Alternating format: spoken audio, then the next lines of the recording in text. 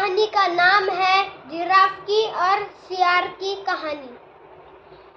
तो अब हम कहानी को शुरू करेंगे। तो एक जिराफ था और एक सियार था। वो लोग बहुत अच्छे दोस्त थे। एक दिन सियार को बहुत भूख लगी तो उसने बोला जिराफ को कि चल भाई नदी किनारे खेत में फली खाने चले। तो फिर जिराफ बोले चल ठीक है, लेकिन हाँ तू हल्ला मत करना, नहीं तो चौकीदार जाग जाएगा। तो फिर वो दोनों नदी किनारे हो गए। सियार को तैरते नहीं आता है तो सियार जिराफ के पेट में बैठ के जाता है। तो जब वो लोग नदी किनारे पहुंच गए तो सियार का पेट तो छोटा था और जिराफ का पेट बड़ा।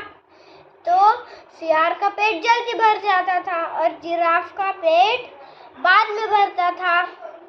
तो सियार का पेट जब भर गया तो उसे डकार मारने की इच्छा हुई। उसने जिराफ से पूछा यह बात। तो जिराफ बोला नहीं भाई, नहीं तो चौकीदार जाग जाएगा और हम दोनों को बहुत मारेगा। तो सियार बोला नहीं मुझे मारना ही है।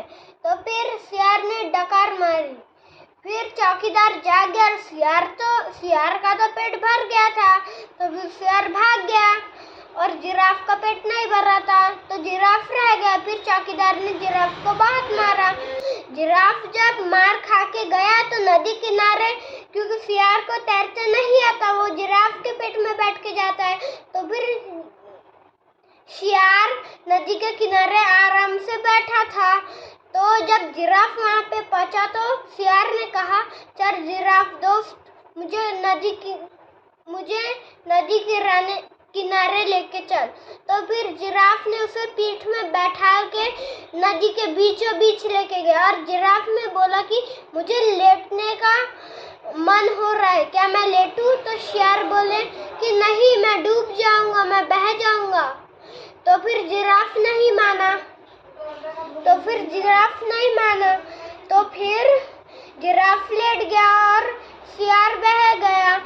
तो इस कहानी का मतलब होता है जो व्यवहार आप दूसरों के साथ करेंगे वही व्यवहार आपके साथ होगा। Thank you all of you.